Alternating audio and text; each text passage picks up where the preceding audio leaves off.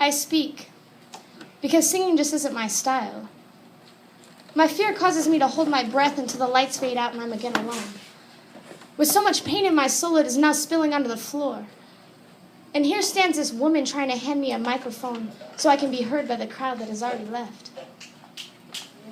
She says I speak too quietly, but I feel no one is listening. Maybe I should just keep screaming until someone understands the words I am speaking. As they bleed out of my veins, breathing, nothing but poetry. My truth, my world. Exhausted now with the violence of my emotion.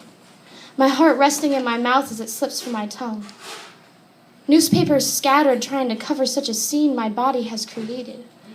Secreting torturous things because I cared too much about the way you saw me. So urgent I am to love.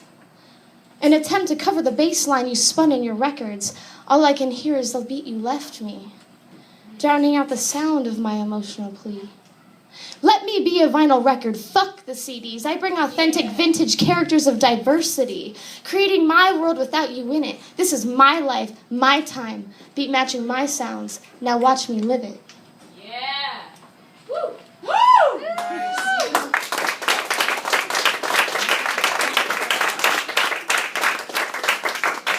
Alright guys, so I wrote this one when I was overseas, and this is kind of my my vision of somebody growing up there. So, truth. Let me spit you some truth. Surrounded by these neglected streets, billboards painted with promises of paradise, a Shangri-La of sorts. A barefoot child stands with his arm outstretched, his hand placed against a surface he will never be able to breach. A hope too far for his eyes to see. A spark lies in his heart, created for him by the thought of an existence other than himself. The air he breathes suffocates, destroying his visions of beauty. Replaced now with drive for treason against those who fight for freedom.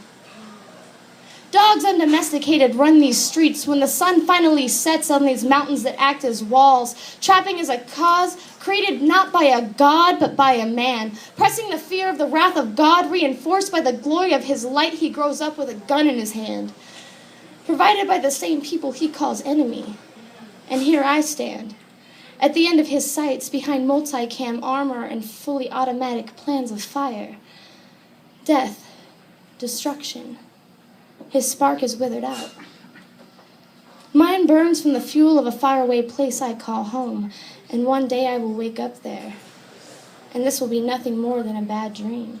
But he will awake to this always, because this is his reality.